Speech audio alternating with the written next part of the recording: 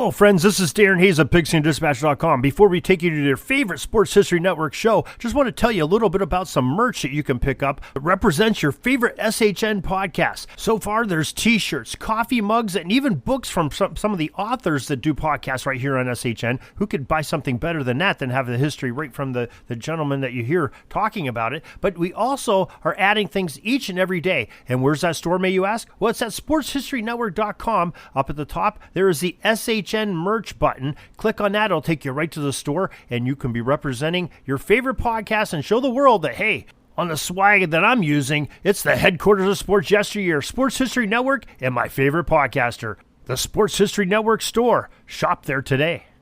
Now it's time to take a sports break, a look at sports history on a daily basis. Hello, my friends of sports history. This is Darren Hayes of the Sports Jersey Dispatch podcast. Welcome once again to the Pig Pen, your place for all things great in sports history, and welcome to your sports break for this January 26th edition, where we will talk about some of the great moments in sports history that occurred on January 26th, as well as the athletes that were there to perform them or to get rewarded for them. Before we talk about the events and the uniform numbers, let's make sure you know how to send your feedback to us. We love to hear from you. You can email us, pigskindispatch@gmail.com. That's the best way to do it. Or you can DM us on social media. We're on Twitter at Pigskin Dispatch, and on Facebook we have the Pigskin Dispatch page. We'd love to hear from you. We answer all of the messages back. Now, the uniform numbers for January 26th we'll talk about are numbers 3, 4, 5, 6, 25, 84, 99, 95, 11, 13, 33, 44, 23, 66, 22, 81, 34, 9, 56, 87, 8, 24, and 93. A lot of numbers, a lot of athletes, a lot of events on January 26th. And we'll start off in 1921 on that date. And Corb Dennehy, the number 6 of the Toronto St. Patricks, scored 6 goals in a home game against the Hamilton Tigers. And that Toronto squad won 10-3 in that game. On January 26, 1951, the legendary players of Mel Ott, a longtime number 4 in Major League Baseball, and Jimmy Fox, who wore the number 3 for quite a while in his tenure as baseball, were both elected into baseball's Hall of Fame in Cooperstown. On January 26, 1956, we had some folks joining them in the Baseball Hall of Fame. Hank Greenberg, a longtime number 5, and Joe Cronin, who wore the number 4 in his tenure.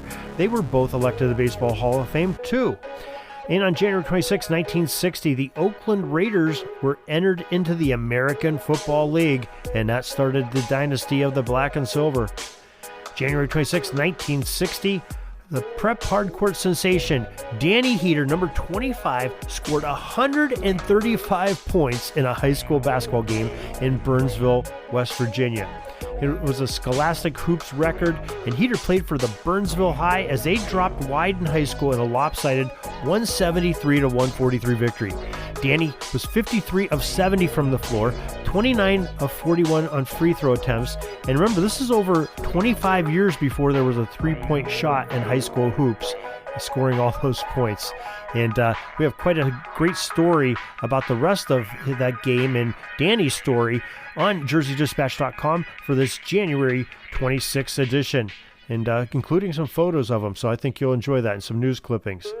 January 26, 1976, the NFL Pro Bowl took place at the Louisiana Superdome in New Orleans, and the NFC won 23-20.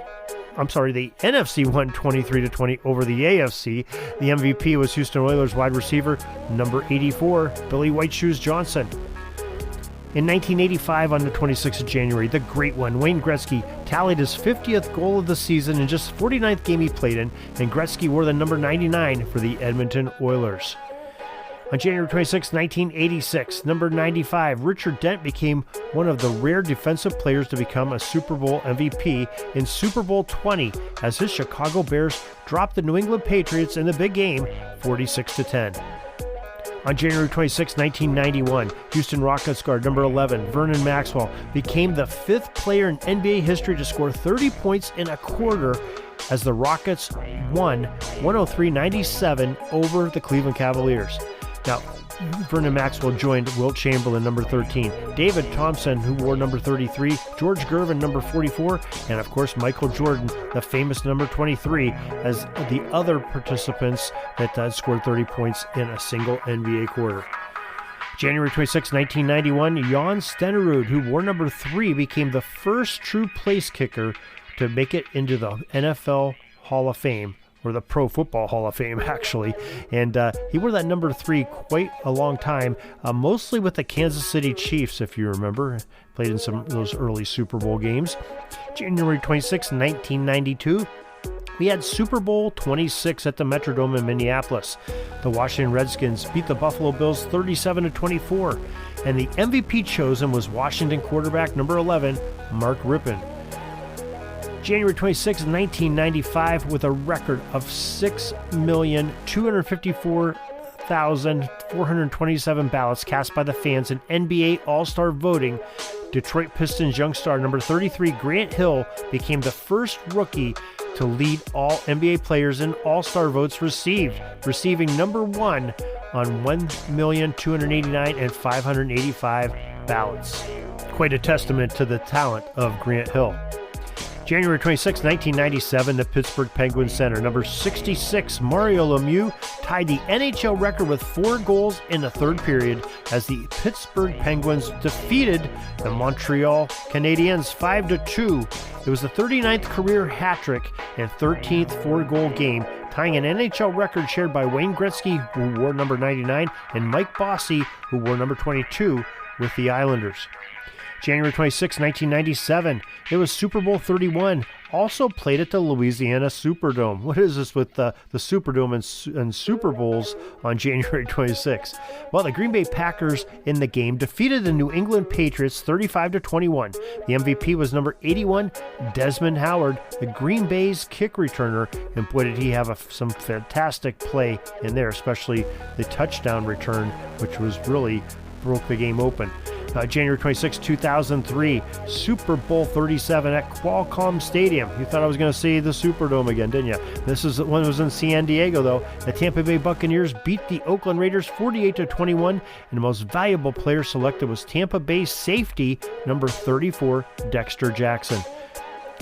On January 26, 2014, the NFL Pro Bowl at Aloha Stadium in Honolulu, Hawaii. Team Rice beat Team Sanders 22-21, and the MVPs for this game was Philadelphia quarterback number 9, Nick Foles, and Kansas City Chiefs linebacker number 56, Derek Johnson.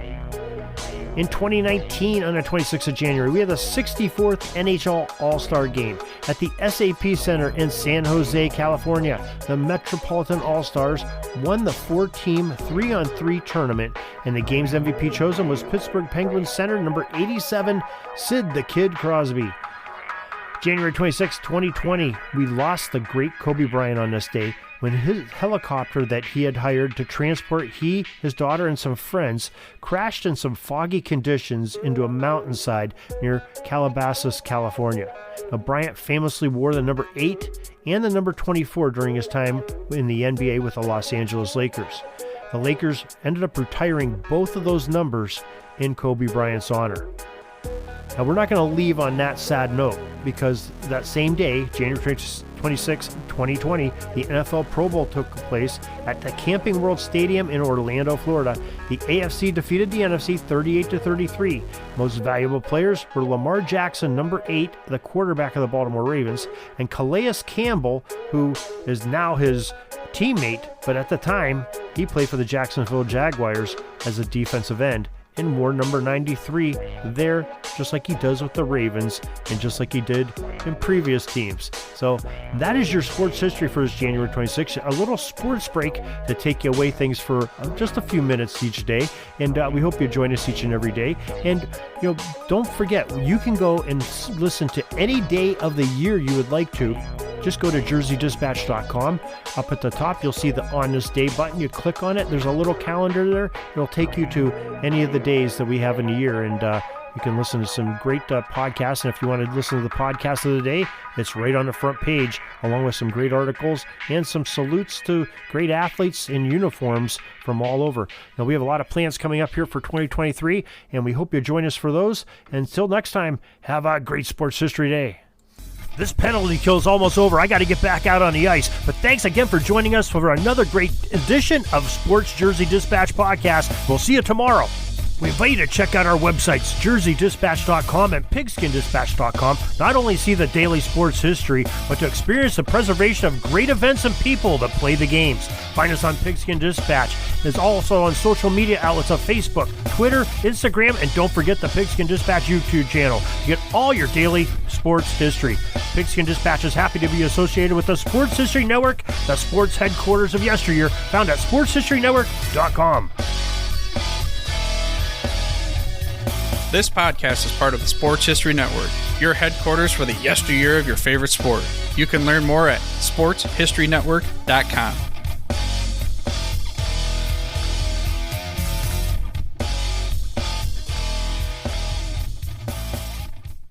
Hey there, sports history fan.